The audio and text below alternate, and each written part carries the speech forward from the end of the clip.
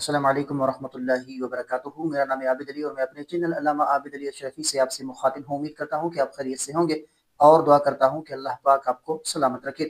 10 محرم سن 31 ہجری، میدان کربلا کا وہ تپتا ہوا صحرا جہاں نواسہ رسول جگر گوشہ فاطمہ سیدنا حسین ابن علی رضی اللہ تعالیٰ عنہ کو ان کے خادوادے کے ساتھ پیاسا شہید کر دیا گیا۔ یہ ایک ایسا المیہ ہے جس پر موجودہ جو وہ 1400 سال سے تاریخ اسلام خون کے آنسو رو رہی ہے۔ لیکن کیا آپ جانتے ہیں کہ کربلا کا یہ ہولناک واقعہ اچانک رونما نہیں ہوا تھا؟ اس واقعے کی اصل بنیاد، اس کا پس منظر اور وہ سیاسی محرکات کیا تھے جن کی وجہ سے امت مسلمہ اس نہج پر پہنچ گئی۔ کربلا کی کہانی محرم سن 31 ہجری سے نہیں بلکہ اس سے ٹھیک 26 سال پہلے سن 35 ہجری میں مدینہ منورہ کے اس گھر سے شروع ہوتی ہے جہاں خلیفہ ثالث سیدنا عثمان غنی رضی اللہ تعالیٰ عنہ کو مظلومانہ طور پر ذبح کیا گیا تھا۔ تو عثمان غنی کی شہادت سے لے کر جنگ جمل اور جنگ صفین کے میدانوں سے ہوتی ہوئی سیدنا حسن کی تاریخ اور صلح اور پھر یزید کی تخت نشینی تک وہ کون سی کڑیاں تھیں جنہوں نے کربلا کی سانحہ کو جنم دیا؟ آج کی اس تفصیلی دستاویزی ویڈیو میں ہم تاریخ کے معتبر ترین کتابوں کے صفات کھول کر کربلا کا وہ پورا پس منظر آپ کے سامنے رکھیں گے جو عام طور پر بیان نہیں کیا جاتا۔ اگلے چند منٹ تاریخ اسلام کے سب سے بڑے سچ کو آپ کے سامنے بے نقاب کرنے والے ہیں۔ تو شہادت اور امت کا انتشار، کربلا کے پس منظر کو سمجھنے کے لیے ہمیں سن 35 ہجری میں جانا ہوگا، جب مدینہ منورہ میں باغیوں نے حضرت عثمان غنی رضی اللہ تعالیٰ عنہ کو ان کے گھر میں پیاسا شہید کر دیا۔ اس مظلومانہ شہادت نے امت مسلمہ کے اتحاد کے پرچکے اڑا دیے۔ تو عثمان غنی کی شہادت کے بعد مدینہ کے حالات انتہائی مخدوش تھے۔ ایک نازک ترین وقت میں حضرت علی المرتضیٰ کرم اللہ تعالی وجہ الکریم نے خلافت کی ذمہ داری سنبھال لی۔ اب خلیفہ وقت کے سامنے دو سب سے بڑے چیلنجز تھے۔ پہلا کہ مدینہ میں امن و امان قائم کرنا اور اسلامی حکومت کو سنبھالنا، اور دوسرا کہ عثمان غنی کے قاتلوں کو کیفر کردار تک پہنچانا۔ یہیں سے امت میں دو اجتہادی موقف سامنے آئے۔ حضرت علی کا موقف یہ تھا کہ پہلے سلطنت کے حالات کو قابو میں کیا جائے، باغیوں کا زور توڑا جائے اور پھر عثمان غنی کے قاتلوں سے قصاص لیا جائے، کیونکہ قاتل اس وقت مدینہ کے پورے نظام پر اثر انداز تھے۔ تو دوسری طرف حضرت عثمان کے قریبی رشتہ دار اور شام کے گورنر امیر معاویہ رضی اللہ تعالیٰ عنہ اور مکہ میں ام المومنین عائشہ صدیقہ رضی اللہ تعالیٰ عنہ کا موقف یہ تھا کہ کچھ بھی کرنے سے پہلے عثمان غنی کے قاتلوں کو گرفتار کر کے قصاص لیا جائے۔ تو اس اجتہادی جو اختلاف کا نتیجہ یہ نکلا کہ مسلمانوں کے درمیان وہ جنگیں ہوئی جن کا تصور بھی نہیں کیا جا سکتا تھا۔ سن 36 ہجری میں جنگ جمل ہوئی جہاں ام المومنین عائشہ رضی اللہ تعالیٰ عنہ اور حضرت علی کے جو وہ لشکر آمنے سامنے آئے۔ تاریخ گواہ ہے کہ دونوں اکابرین جنگ نہیں چاہتے تھے اور صلح کی بات چیت مکمل ہو چکی تھی، لیکن عثمان غنی کے قاتلوں اور سبائی فتنہ پروروں نے رات کے اندھیرے میں دونوں طرف سے حملہ کر کے جنگ چھڑوا دی۔ اس کے فوراً بعد 37 ہجری میں جنگ صفین کا معرکہ ہوا جو حضرت علی اور حضرت امیر معاویہ کے لشکروں کے درمیان لڑا گیا تھا۔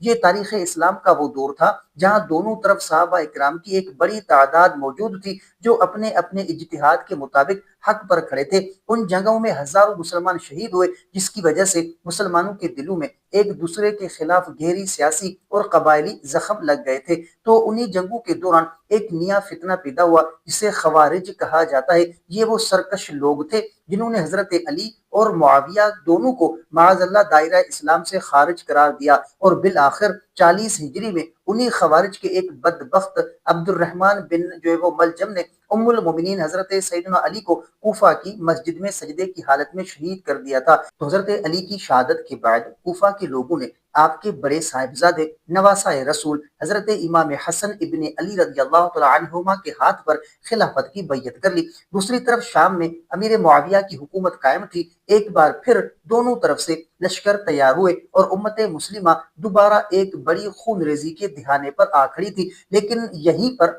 نواسہ رسول حضرت امام حسن نے وہ تاریخی فیصلہ کیا جس نے رسول اللہ صلی اللہ علیہ وآلہ وسلم کی اس پیشن گوئی کو سچا کر دیا تھا جو آپ صلی اللہ علیہ وآلہ وسلم نے ممبر پر جو وہ فرماتے تھے کہ میرا یہ بیٹا سردار ہے اور اللہ اس کے ذریعے مسلمانوں کے دو بڑے گروہوں میں صلح کروائے گا۔ تو سن 41 ہجری میں حضرت حسن نے 40,000 کا لشکر پاس ہونے کے باوجود امت کو مزید خون ریزی سے بچانے کے لیے خلافت سے جو وہ دستبرداری کا اعلان کیا اور امیر معاویہ کے ہاتھ پر بیعت کر لی۔ اس سال کو تاریخ اسلام کا عام الجماعت یعنی اتحاد کا سال کہا جاتا ہے۔ تو حضرت حسن کے اس عظیم فیصلے سے امت میں 20 سال کے لیے امن قائم ہو گیا اور خلافت امیر معاویہ کے دور میں سلطنت اسلامیہ کی سرحدیں دوبارہ پھیلنے لگی تھی۔ تو امیر معاویہ نے تقریباً جو ہے وہ 20 سال حکومت کی، لیکن ان کی وفات کے قریب یعنی 56 ہجری میں ایک ایسا سیاسی فیصلہ کیا گیا جس نے خلافت راشدہ کے مروجہ طریقوں کو بدل کر رکھ دیا۔ امیر معاویہ نے اپنے بیٹے یزید کو اپنا ولی عہد نامزد کر دیا اور تمام شہروں سے اس کی بیعت لینے کا حکم دیا۔ یہ تاریخ اسلام کا وہ دردناک موڑ تھا جہاں سے خلافت ملوکیت اور خاندانی بادشاہت میں تبدیل ہو رہی تھی۔ مدینہ منورہ میں موجود اکابرین صحابہ نے اس فیصلے کی شدید مخالفت کی۔ ان مخالفت کرنے والے جلیل القدر شخصیات میں حضرت حسین ابن علی، حضرت عبداللہ بن زبیر اور حضرت سیدنا عبداللہ بن عمر شامل تھے۔ ان اکابرین کا موقف بالکل واضح تھا کہ اسلام میں خلافت کوئی خاندانی جاگیر نہیں کہ باپ کے بعد بیٹا تخت پر بیٹھے، بلکہ یہ مسلمانوں کے مشورے اور فتاوا کی بنیاد پر طے ہونی چاہیے۔ تو مزید یہ کہ یزید کا کردار اور اس کی نااہلی اس عظیم منصب کے لائق ہرگز نہیں تھی۔ جب حضرت امیر معاویہ جو وہ حیات رہے انہوں نے حالات کو سنبھالے رکھا، لیکن جو وہ رجب سن 60 ہجری میں ان کی وفات ہوتے ہی یزید نے تخت سنبھال لیا اور سب سے پہلے مدینہ کے گورنر کو خط لکھا کہ حسین ابن علی سے میرے نام پر زبردستی بیعت لی جائے۔ تو حضرت جو وہ حسین نے ایک فاسق اور جابر شخص کی بیعت کرنے سے صاف انکار کر دیا اور مدینہ چھوڑ کر مکہ تشریف لے آئے۔ جب کوفہ کے لوگوں کو معلوم ہوا کہ امام حسین نے یزید کی بیعت سے انکار کر دیا ہے تو انہوں نے مکہ میں امام حسین کو ہزاروں کی تعداد میں خطوط لکھے جن میں لکھا تھا ہم یزید کو خلیفہ نہیں مانتے، ہمارا کوئی امام نہیں ہے، آپ کوفہ تشریف لائیں تاکہ ہم آپ کے ہاتھ پر بیعت کر کے یزید کے ظلم کے خلاف کھڑے ہوں۔ امام حسین نے کوفہ کے حالات کا جائزہ لینے کے لیے اپنے چچا زاد بھائی حضرت مسلم بن عقیل رضی اللہ تعالیٰ عنہ کو کوفہ بھیجا۔ کوفہ پہنچ کر حضرت مسلم بن عقیل نے دیکھا کہ ہزاروں لوگ امام حسین کے لیے مرنے جینے کی قسمیں کھا رہے ہیں، تو انہوں نے امام حسین کو خط لکھا کہ کوفہ کے حالات سازگار ہیں، آپ تشریف لے آئیں۔ لیکن کوفہ کا یہ جوش عارضی اور مستلد ناپسندیدہ تھا۔ یزید نے کوفہ کے گورنر کو ہٹا کر عبید اللہ بن زیاد جیسے ظالم شخص کو وہاں کا گورنر مقرر کیا، جس نے کوفہ پہنچتے ہی دہشت گردی کا بازار گرم کر دیا۔ اس نے کوفہ کے سرداروں کو لالچ اور دھمکیوں کے ذریعے امام حسین کا ساتھ چھوڑنے پر مجبور کر دیا۔ نتیجہ یہ نکلا کہ کوفہ کے وہی لوگ جو امام حسین کو بلا رہے تھے خوف اور لالچ کی وجہ سے پیچھے ہٹ گئے اور حضرت مسلم بن عقیل کو کوفہ کی گلیوں میں تنہا کر کے بے دردی سے شہید کر دیا گیا۔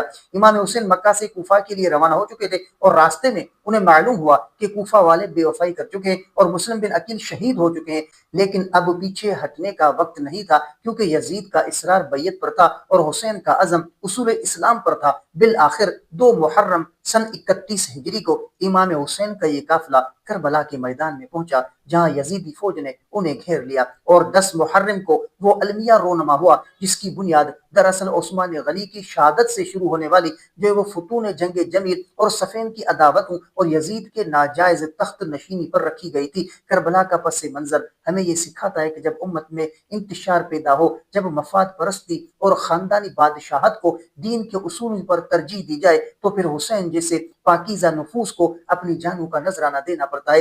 امام حسین کا یہ اقتدام کسی اقتدار کی جنگ نہیں تھا بلکہ نانائے مصطفیٰ کے دین کو ملوکیت اور ظلم سے پاک رکھنے کی ایک عظیم الہی جدوجہد تھی۔ اگر آپ کو تاریخ اسلام کا یہ دستاویزی اور معلوماتی پس منظر پسند آیا تو ویڈیو کو لائک کریں اور شیئر ضرور کریں اور کمنٹ میں اپنی قیمتی رائے کا اظہار ضرور کریں۔ تو اگر چینل پر نئے ہیں تو سبسکرائب ضرور کریں۔ اگر آپ کا کوئی ایسا سوال ہے جس کا آپ جواب جاننا چاہتے ہیں یا آپ نے کوئی ایسا خواب دیکھا ہے جس کی آپ تعبیر جاننا چاہتے ہیں تو کمنٹ کر سکتے ہیں۔ انشاءاللہ آپ کو آپ کے سوال کا جواب اور آپ کے خواب کی تعبیر اسلامی تعلیمات کے مطابق فراہم کی جائے گی۔ تو ملتے ہیں اگلی ویڈیو میں، تب تک کے لیے اپنا بہت سارا خیال رکھیں اور ہمیں اپنی دعاؤں میں یاد رکھیں۔ السلام علیکم ورحمۃ اللہ وبرکاتہ۔